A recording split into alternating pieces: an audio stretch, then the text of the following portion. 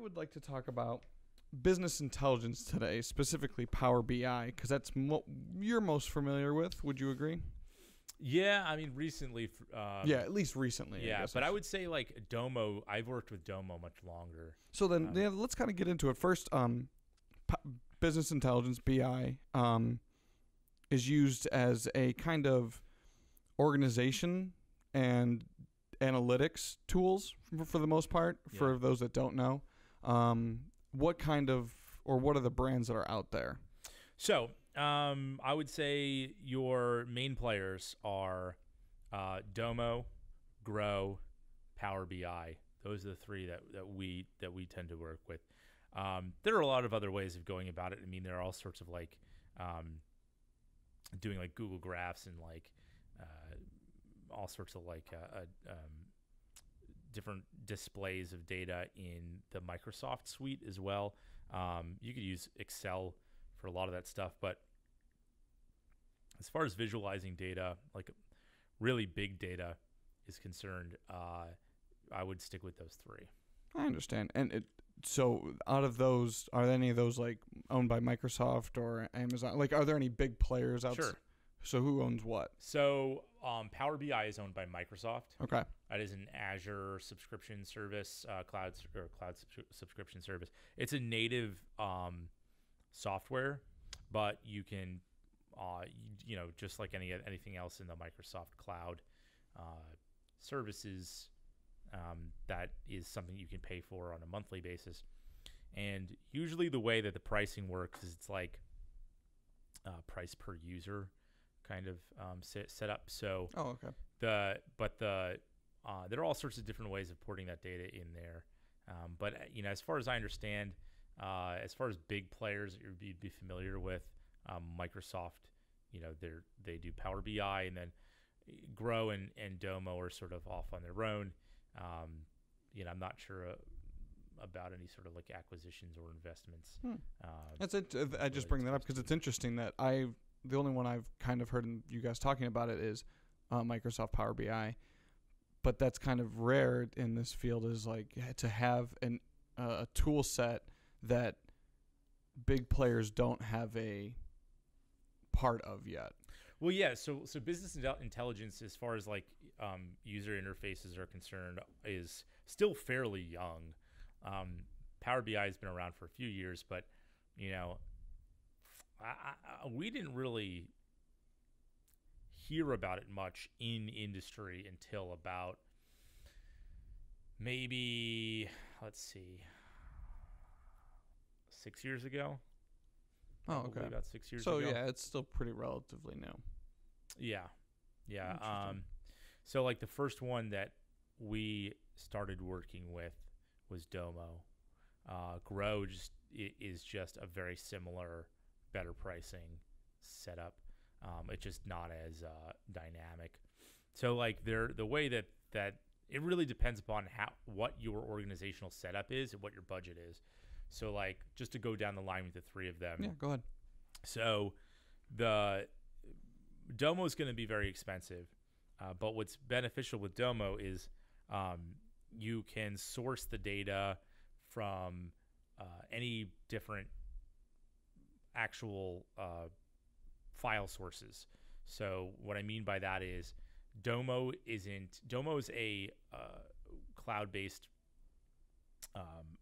software as a solution product, and all you're really doing is getting your license and then logging into DOMO, and then everyone has the exact there's no local installation of it. Everyone has the exact same installation, so to speak, with its remote virtual host that serves up the one application, and then your account is relative to all of your data, and all of your data is sourced from either from your own personal data sources. So like they could be Excel files, or they could be CSV files. They could even be API driven data. Oh, okay. So like what we do for companies like Rumble Fitness, for example, is we can export all of their business analytics. That's customer data, all sorts of metadata related to customers, related to instructors, related to competitors, It's financial data, orders, attendance data, and that's not. It's sort of as high level. Well, I shouldn't say high level. It's actually extremely detailed data, but it's detailed sort of at the macro level, where we're taking, which sounds a little bit like an oxymoron. Yeah, detailed at the macro level. Yeah, but we're taking, it's big. It is essentially big data. Yeah. Big data is just like large containers of tons of different objects and every single property that's associated with them, with no real rhyme or reason behind it. And the idea behind business intelligence is to try to put some rhyme or reason behind it.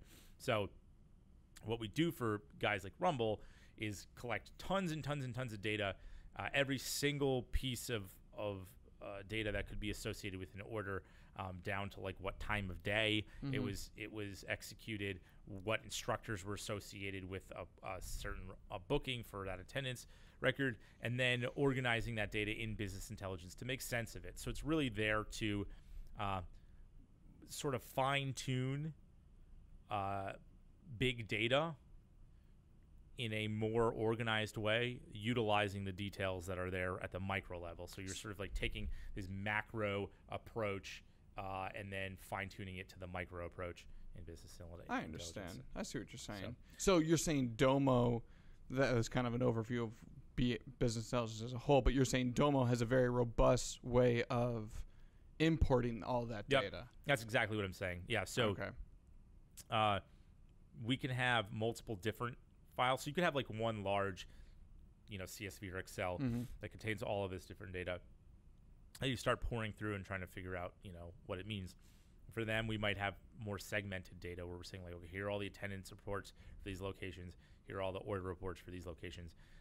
But we can provide it to them via FTP. So DOMO has the ability to authenticate with like OAuth 2 to an API, like a RESTful API, or even an XML-based one, I believe, or even to FTP into a directory that contains XLS files, CSV files, any sort of data storage that is permissible by DOMO. So it's really robust, gives you a lot of different options, and allows you to retain that data, ownership of that data, which is good for protection purposes. But it's also good because it gives you a lot of flexibility to decide, okay, how am I getting this data in there, and to do it fast. Yeah. And that you have that same benefit with Grow. Okay. The difference being Grow is a little bit less feature and detail oriented. It does give you still the ability to create graphics that'll help communicate the points data. Yeah. Right, but with a little bit less of the fancy features and fewer capabilities but it's a lower priced point. So if you're looking to get started into business intelligence, sounds like Grow's the way I to go. would say Grow's the way to start. I would say you will probably end up at DOMO in the end if you are working on this from a non-enterprise standpoint. Yeah. Okay. If you're an enterprise business, and this is where Power BI takes the cake. Power BI is super, super badass as far as like organization is concerned. So Power BI, because it's a Microsoft product, ties into other Microsoft services like Active Directory. So you can have an Azure Active Directory. We use Active Directory on our Z Drive, for example, to manage all the permissions, right? So you can do that within your organization, and you can do that for all of your customers. So you can have external users that are part of your Active Directory. That's a benefit that they have in Active Directory Azure or Azure AD. You can have external users, and those external users can be extended to your licenses.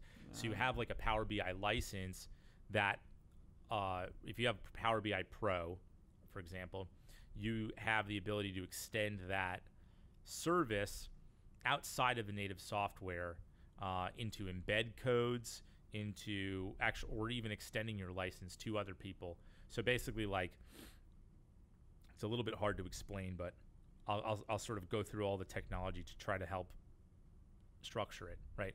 So Power BI is a native software. Yeah. You download the software, it authenticates your license through their cloud services platform.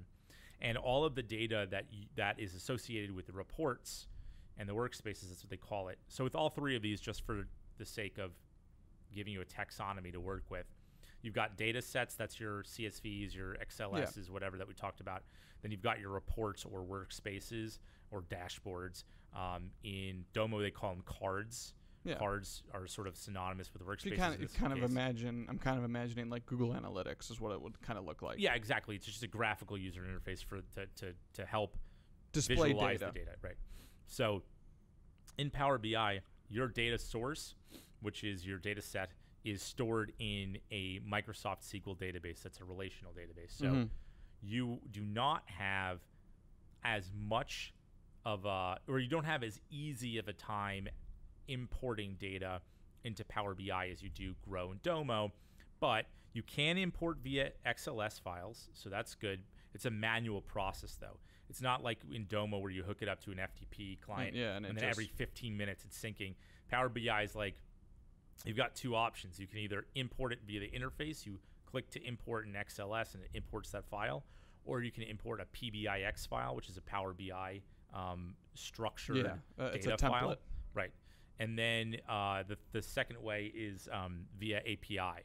So you can post data sets through an API, but it's different. So like in Domo, you can have your own API, and Domo connects to that API and can run GET calls, right? In Power BI, it doesn't work that way. Power BI has their own API, and you would have to post the data to them. So instead of them getting the data from your API, you're posting the data to their API. So there's a little bit more work involved in that. So so you've got that's sort of your barrier to entry, so to speak. But what's cool about it is now that you've got that data set, even though it resides on your server, so you've got your Microsoft SQL server, you've got your data reside on that server. If you've got Power BI Pro, it can allow you to extend that data into other people's local installations of Power BI. So if I've got Power BI installed on my Windows machine, and you've got Power BI installed in your Windows machine, it's a native software from this standpoint. So if I turn off my Wi-Fi, I can still access that data. It's not web-based like Domo and Grow are. But suppose I turn my Wi-Fi back on and I want to extend that data to the cloud and make it available to you through Power BI Pro. I can do that because you have a Pro license and I have a Pro license, so I have that ability to share it to you.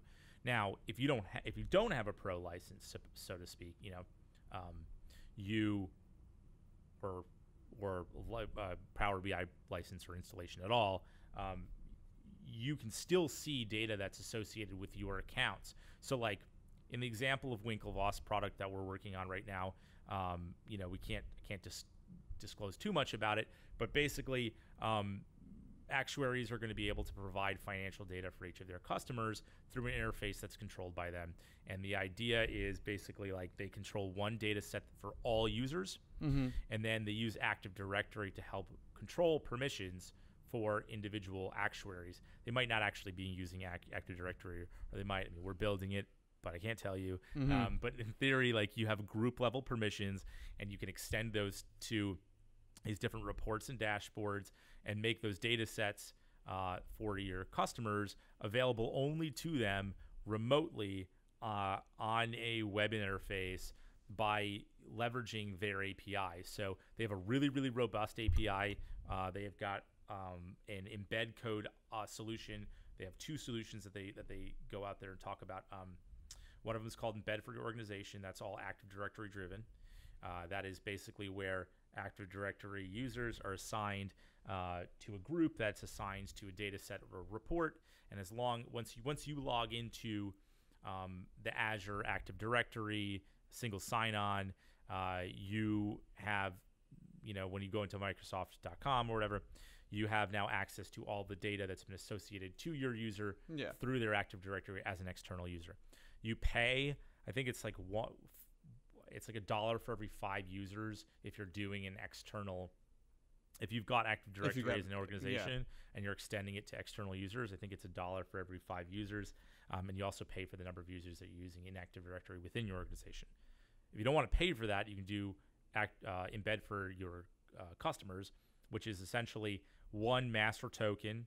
All of that everyone essentially has access to the same data from a level standpoint, but you can then help sort of try to group data a little bit better to provide limited use to, or restricted use to certain data. Yeah. By localizing that and saying like, okay, lose part of this group within my application. This and group I has only this access. Right, and you do that within Power BI, and you say like, okay, here's give me all the report data that's related to group ID XYZ, which even though I'm localizing that user control, that's basically how it works. You can also do it with something called roles. So something called row level security, RLS, allows you to do role-based for external users. So rather than group-based permissions within Power BI, within the actual native interface, you can say, I'm going to share it with jsmith@arcanestrategies.com or johnsmith@gmail.com. Even though he's an external user, I can share externally this report specific to him outside of using group permissions. And then his authentication process, his OAuth 2 single sign-on process, the token actually contains the permissions within it. So if he said, get all reports from Arcane Strategies, I want to get all reports, he's only going to get... maliciously rubbing his hands He's together. Only going to get the reports that are associated to his email address within row-level security. And associated to his token. Right. Ah, that's interesting. So, and that's controlled on the native side. And so none of that kind of grouping and roles, permissions things is available in Grow or Domo. Well, you have roles, and roles. You have the ability to assign certain users and group permissions, things like that. But what's like most applications allow that. But what sets this apart is you are not. These are not users that are necessarily within your organization strictly. In Grow and Domo, if you want to add an external person, you just add an email address that you want to share something with, and then that person creates an account. Now they have access to it, right? Well, in Power BI, you are, and then the master account is paying for sort of like all the licenses that are within that account, right? Okay. In Power BI, you're creating more of a connection between individually licensed accounts. I so see. In Domo, it's sort of like top down. You've got like, here's your organization. We pay for this license. Here are all the people within the organization. If I want to add external users, that gets counted towards my license. But if you have a license and I have a license, I can share data to you and you can share data to me without actually increasing the cost of our licenses. In Power BI. In Power BI. Whereas in Domo, you couldn't. You wouldn't. Yeah. You're to share, for you to share data with me in Domo, I would have to take one of your. Yeah, you would registrations. In theory, or however you want to label theory. it. But in Power BI, you have the ability to, if essentially kind of like, not to like simplify it and make it my world, but like Facebook essentially, right? Like if we both have Facebook accounts, we become friends. But if you didn't have a Facebook account, you'd have to create a Facebook account for you to see the things that I want you to see. Right. So, or like to put it in Dad's Tide terms, Dad's Tide's the holidays. Yeah. Right? To put it in Dad's Tide terms, you have got users, and users can be members of each other's community. Yeah. You also have gift givers, which are just email addresses. Yeah, that's a good way to put it. So if you were to take the total count of of your community, it's users plus gift givers. In Domo, and I'm not sure about Grow, I don't recall offhand. But you can share to external users, but in the end, you have a certain user count, right? Mm-hmm. That works that way. In Power BI, if you've got a license and I've got a license, I can extend data to you, and your license never appears anywhere within my total number of users. Now, the other thing that's cool about it is instead of having to reproduce group level permissions, if you want to just extend permissions from Active Directory, you have existing users. You don't have to re-register new users. You don't have to add external users. It's already in Active Directory. So all the people in our company who are currently in Active Directory to access the Z Drive, as soon as I create Power BI, it's implemented. You're all there. Like in theory, you could just log into Power BI and access that license because you're within my Active Directory. And if I wanted to extend it to a client, I would just add them to my Active Directory. So instead of instead of like Chris saying like, hey Mike, I want you to access my Domo, I added your email address to it. Now you have to go log in, create an account and log in, and now you can view it.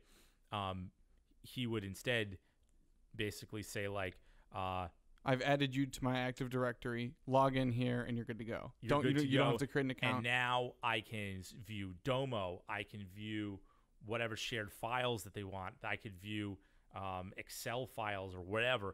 Instead of having individual permissions for every single application, I have one master permissions at Active Directory that gives me access to all of Microsoft's suite. Wow. So that could be email. It could be that'd be a huge time and cost saver for people that have large organizations. Yeah, large organizations, large client bases, or that are trying to implement this kind of thing, because part of the problem with implementing new things is like if you're looking to implement 3 new things, that's 3 implementation processes. But what you're saying is like you start here and then everything else just adds on ad hoc. Right, and it's extensible. It's priced well. Yeah, so I think that's the only thing you haven't mentioned is how does it price compared to Grow or Domo? So you pay for your pro license, and then if you want it, you basically like everyone within your Active Directory has access to that up to a certain degree. Where like if you want to start adding external users, you pay. Like you said, $1. It was like I think it's like $1 per 5, but that gets billed to Active Directory. Or the Active Directory service. The actual Power BI license itself is a different story, where you pay for the Active Directory license, and then you want to start adding people on. That's billing to Active Directory. That's Active. I'm sorry, you pay for the Power BI license, yeah, and you pay for an Active Directory per user license. I understand. But you're going to be using Active Directory for other things anyway for an enterprise level service. Yeah, exactly. So it's great for enterprise level services, but it's super, super robust. I mean, the cool thing about Power BI is like you have a really large number of graphics that you can create. You can manipulate them on your own, and you also have a really robust API. So instead of just looking at, let's say that you wanted to embed a report into your website, you could do that without anyone ever having to log into Power BI. It's just made available on your website for all of your, it's like earnings reports for publicly traded companies. If they wanted to have the graphics for that, they can just use Power BI, embed that with real-time data. Oh, wow. So you're not doing that with Domo and Grow, because those are really about, let's log into this system. It's more like a Google Analytics kind of thing where you log in and you're looking for something specific. Right. You're not maybe not. I shouldn't say that, but like you're looking at data at a more static position. It's more about internal operations with Google, with Domo and Grow. Whereas with Power BI, it's extensible at the customer level, really, because you can create really you can create a scenario where people are viewing graphics without having any idea that they're from Power BI, and that they're live and interactive reports. So people don't even have to log into Power BI to see them if you're embedding them. The APIs are really, really like, that's really the big thing is the API. With Domo and Grow, you're just visualizing data. With Power BI, you're manipulating it. So Power BI, when you want to hit us up for that tagline, you can email us at support@Arcane. So like with Domo and Grow, you can still like go in and be like, oh, I want the graphics to look like this and want you to make more sense of this. And there are ways to do like little equations in there, which is great. But the nice thing about Power BI is like, because it's got that API, you can interact between the actual SQL database and then external business logic. If you wanted to have a really like robust algorithm that's like processing that data and returning it to mean something else, you can do that, which is really, really cool. That is interesting. I would say I'm probably, I'm definitely glossing over a few things. I'm probably not doing a great job of communicating the pricing. I would say go online and look at the pricing for the three of them. I will tell you that Grow, I mean, generally speaking, Grow, that's your better entry level. Yeah. DOMO is better for non-enterprise people who have advanced past entry level, and Power BI is for your enterprise level person. It's just more robust in terms of group level permissions, in terms of API, and then DOMO just has better options for you as far as like feeding in that data. So I'm definitely missing some points here, and I'm definitely not doing the best job of communicating all of Power BI services. I think you're hitting the top level, which is what we're looking for, at least. I would say this. I would say, look, if you're really interested and you want to have a better understanding, look at the websites or give us a call, 541-649-2508. That's us. Or email us at support@arcanestrategies.com. Or tweet at me at arcanestrats on Twitter. And that'll get you some more information. Before, I know that you wanted to, I ran a little bit over there in terms of answering your questions, and I know that you wanted to take a few minutes to sort of talk about why business intelligence and stuff like that. So we're probably just going to drag on for another 5-10 minutes if you've got any other questions. No, I mean, I think you answered a lot of my questions, and I think you showcased the importance of it, which was what I was really wanting to get at, was how you can use this kind of information to, like, I'm going to have to listen back to it because I can't remember it off the top of my head, but manipulate the data to show valuable insights. And I think any organization that's not already doing that in some way, shape, or form through Google Analytics or stuff like that about their customers, that's kind of like one way to look at it. But I think you've driven home the fact that Power BI lets you do that from an internal data point way as well. Whereas, I mean, at least in my view of the situation right now, it's like Google Analytics lets you know customers and how they view you and stuff like that. Power BI is a way to look at data sets that maybe you only have access to, right? Yeah, I would say group level permissions are more robust. The API is more robust, obviously. Role level permissions is more robust. But really, what it comes down to is not having to repeat the process. If you're a large enterprise level organization and you want to extend Active Directory, or even if you don't, if you're a Microsoft organization and you don't want to have to go out and try something outside of the Microsoft suite, if you want to have one billing, whatever. Yeah, it's pretty. But I would say it is definitely the better of the three as far as features go. And if you've got the time and money and the size of the organization to justify the time and money to actually put in custom development work on the API, it's going to pay off dividends. But if you don't, and you're like, look, I just need something to visualize the data that I have, start with Grow. It's nice and cheap. And when you get to the point where you're like, look, this is not doing what I want to do, then graduate to DOMO. Yeah, I think it's a good road path for people. I think a lot of organizations and business owners are looking for road paths into getting into this because, like you said earlier, it is pretty new. Yeah.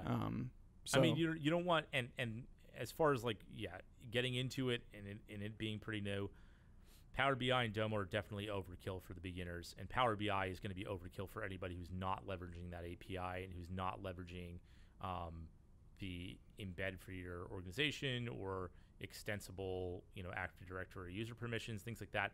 If you're not going to use those features, just don't. There's no reason to overkill unless you just like to have native. Or if you plan on it software really quickly.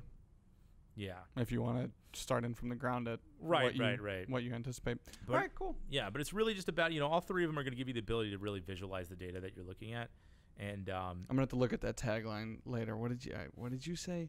Grow and DOMO let you visualize the data. Power BI lets you manipulate it. Yeah. I think that yeah. that's a pretty good tagline. I mean, I don't want to oversimplify it like that because DOMO does give you more control over that. You can manipulate that data, but it's a lot more robust with Power BI. I think that is evident. Well, thank you very much for the talk. I enjoyed it, and I think I mean, I've been hearing you guys talk about it for a couple months now with the Winklevoss project that you brought up.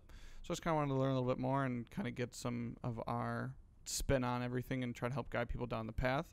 But like Mike said, if you have any further questions or if you'd like to see how it could help your business, go ahead and give us a call at... Oh, I'm sorry. Give us a call. I will pick up the phone. Yeah, 541-649-2508. Or you can tweet us at Arcane Strats, or you can email us. I didn't realize that was my cue. I'm sorry. Always your cue. Yeah. You can email us at support@arcane.com. But thank you very much for listening, and we'll see you guys in the next one. Yep. Thank you. Take it easy.